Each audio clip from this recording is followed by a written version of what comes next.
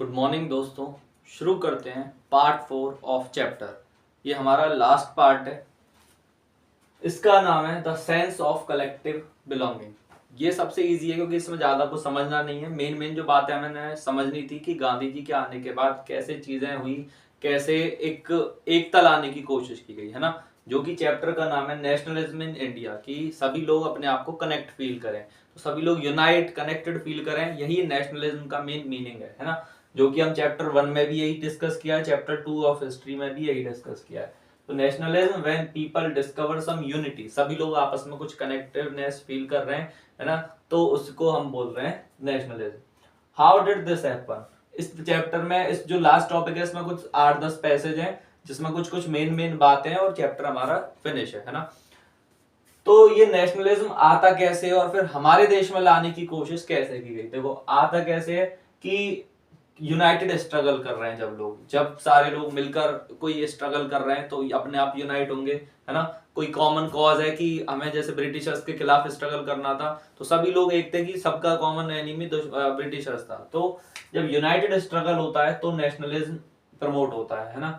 Plus कुछ और चीजों से नेशनलिज्म प्रमोट होता है, जैसे कि कॉमन हिस्ट्री हो, फिक्शन, मतलब अपनी कोई कॉमन कल्पनाएं वगैरह की, अपना कोई ग्लोरियस इतिहास वगैरह हो, ऐसा कुछ है ना, फिक्शन हम कह सकते हैं। फोकलोरे मतलब जो लोकगीत वगैरह, इन सब से प्रमोट कर सकते हैं। प्रिंट है ना, सिंबल है, ये सारी चीजें कल्चर का पार्ट है और ये सारी चीजें नेशनलिज्म को प्रमोट करने में हेल्प करती है ना।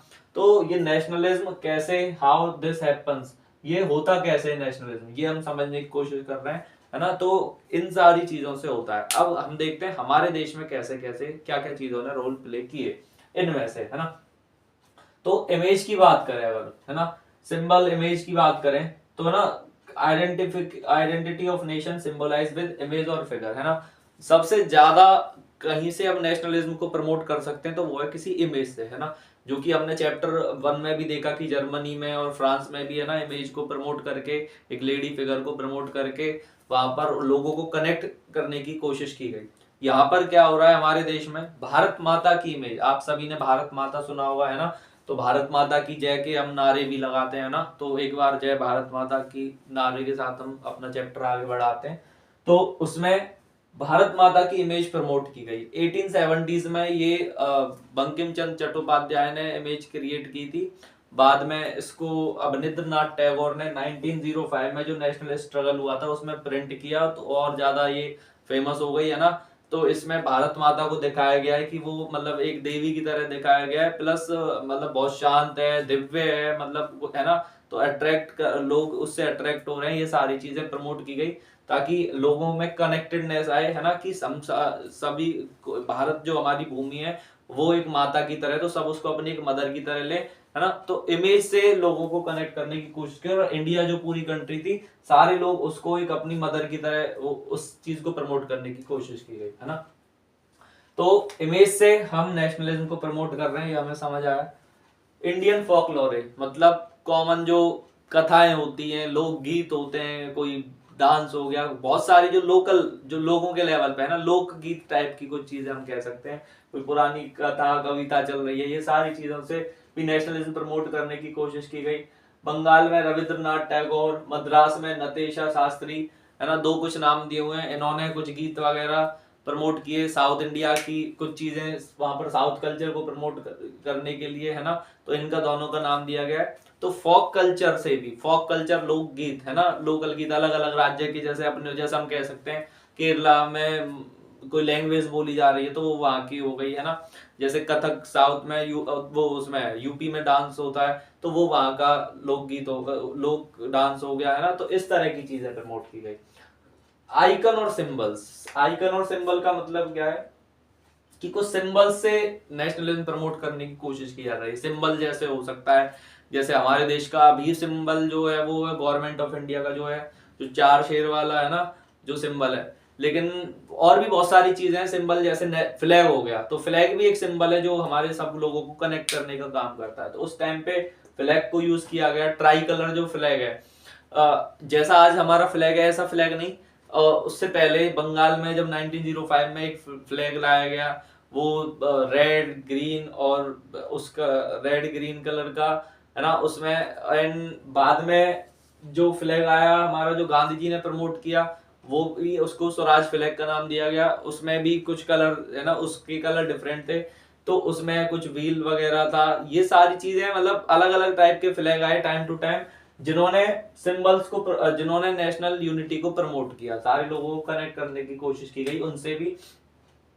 And re interpretation of history, history जो कि हमारा सबसे इंपॉर्टेंट चीज है। ब्रिटिशर्स ने आने के बाद हमारी हिस्ट्री लिखी है ना, बहुत सारे ब्रिटिश हिस्टोरियंस ने, बट उन्होंने हमारी हिस्ट्री को है ना मतलब उनकी डिसरिस्पेक्ट कह सकते हैं हम, और उसको मतलब कह सकते हो गिराने का काम किया लेवल को, कि लोगों को लगे कि हमारा कोई इतिहास मतलब बेकार रहा है ना, इंडियंस को कुछ नहीं आता, ये सारी चीजें। तो हमारे इतिहासकार जो नेशनलिस्ट हिस्टोरियंस थे है ना, नेशनलिस्ट हिस्टोरियंस, उन्होंने मेन काम किया कि लोगों को अपने इतिहास पर गर्व हो कि हमारे पास्ट में ये सारी चीजें हुई है ना, देश में पहले इतनी सारी इतनी पॉजिटिव चीजें थी। तो इस सब को लिखने की कोशिश की गई जो नेशनलिस्ट हिस्टोरियंस द्वारा, और इससे लोगों को कनेक्ट करने की कोशिश की गई।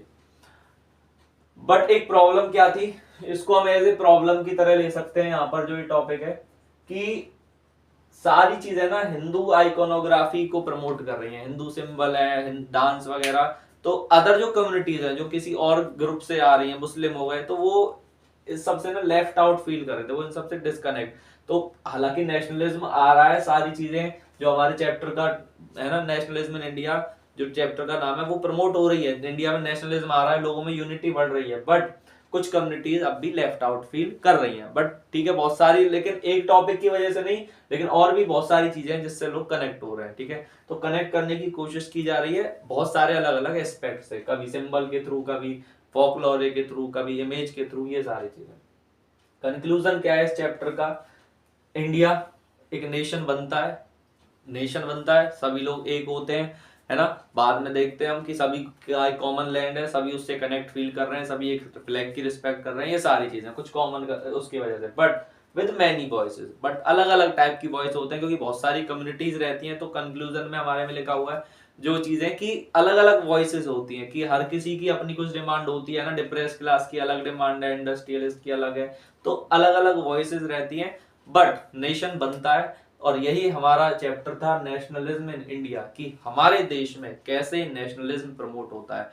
इसमें मेनली हमने डिस्कस किया है जो 1915 के बाद वाली हिस्ट्री है, और 1933-34 के आसपास जो सिविल डिसोबीडियंस मूवमेंट तक, दो मूवमेंट मेनली, नॉन कोऑपरेशन और सिविल डिसोबीडियंस, जो बड़े लेवल पे थे, जिन्होंने देश को एक करने का काम किया। और भी बहुत सारी चीज हुई, बट इस चैप्टर में हम इंडिया की हिस्ट्री को नहीं पढ़ रहे, हम नेशनलिज्म कैसे प्रमोट हुआ ये पढ़ रहे हैं। कुछ टॉपिक लिए गए इंडिया की हिस्ट्री से, बट मेनली मकसद यहाँ पर इंडिया की हिस्ट्री पढ़ना नहीं था। तो थैंक यू दोस्तों, इसी के साथ हमारा ये चैप्टर खत्म हुआ। आई होप आपको दोनों चैप्टर बहुत अच्छे से समझ आए हिस्ट्री के, एंड आप बस एक बार वीडियो ध्यान से देखना, अपनी बुक को पढ़ना, और आपको बहुत अच्छे से चैप्टर क्लियर हो जाएगा। Thank you.